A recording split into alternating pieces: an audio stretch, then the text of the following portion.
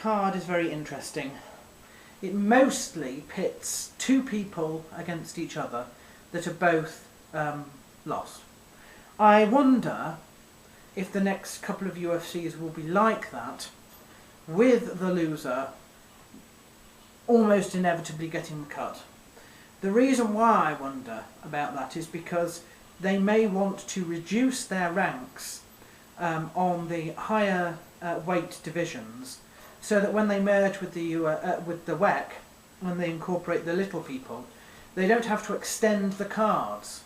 They still have the same sort of size roster, not a huge expansive cloud in which we'll only get to see fighters fighting once or twice a year because there's so many of them. Perhaps that is just my cynicism. I don't know, but I wouldn't be surprised. So let us begin. We start with Carlos Eduardo Rocha. Rocha as in pear, in fact. There is a type of pear called Rocha. It's not a particularly nice pear, in fact. It's very small, it's funny looking, and they never ripen. They're just constantly crisp. But there we are. Mr. Rocha is fighting Chris McRae. Rocha has a perfect record of 8. Chris is 5-1. They both love submissions. It's Chris McRae that is coming off the loss in the debut here to Court McGee. I think I shall go for the Brazilian Carlos Rocha here. I think I shall go for a choke submission in the second. Little fact about Seth Petrozelli: he has fought for Zuffa 4 times in his career, 3 in the UFC, once in the WEC, and he has never won. Now, his record is 12-5. Carlos Vermola is 7-1. This is his. This is not his UFC debut, but that loss, that one, happened in his UFC debut. He's also British. I am going to go for him. It is not that I dislike Seth Petrozelli at all. I'm going to go for Carlos Vermola, but I might go for decision. Dwayne Ludwig is fighting Nick Osipczak, both of which were in fact at the UFC 120 Fan Expo, both of which were signing autographs. Never got round to seeing Nick, but I did get to see Dwayne Ludwig, who I have known and admired for a while. Although he doesn't have the record that you imagine, he does have a wealth of experience. Possibly hasn't been fighting the right people to showcase him to the best of his ability. But there we are. He's also terribly respectful when I met him. I liked his attitude. He is 19-11. He is coming off 2 losses in a row. Nick is 5-2. He is also coming off 2 losses in a row, but both of his losses were by decision. I think that this is a good fight for Nick. I do think that this is the level that he should be at, but I think that Ludwig is going to win. I shall go for TKO in the third. Pascal Kraus. I don't know much about him. He has a perfect record of 9 and wins usually by submission. He's fighting Mark Scanlon. Know quite a bit about Mark Scanlon. Why? Because I've met him. He is a veteran of Cage Gladiators. It is funny that I used to visit them quite regularly, maybe a year or 2 ago, and I'm seeing loads and loads of people from that in the UFC now. When I went there, I was mixing with the likes of Stefan Struve, Mark Scanlon and Paul Sass. All 3 of which are now in the UFC, and I believe Mark Scanlon is about to be the success that the other 2 have become.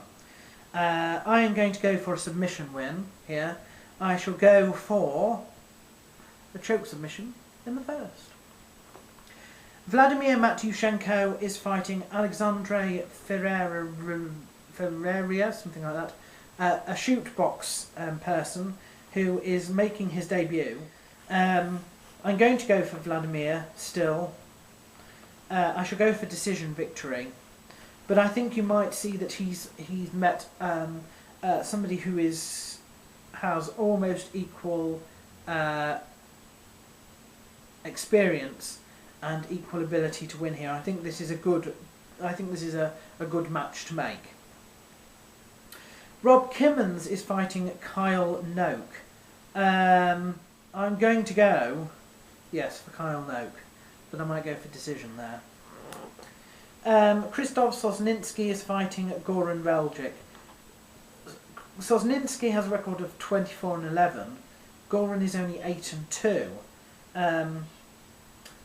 Again, both coming off losses here, but both of them submission specialists, so this might be a ground war, this one. I hope Goran Reljic wins,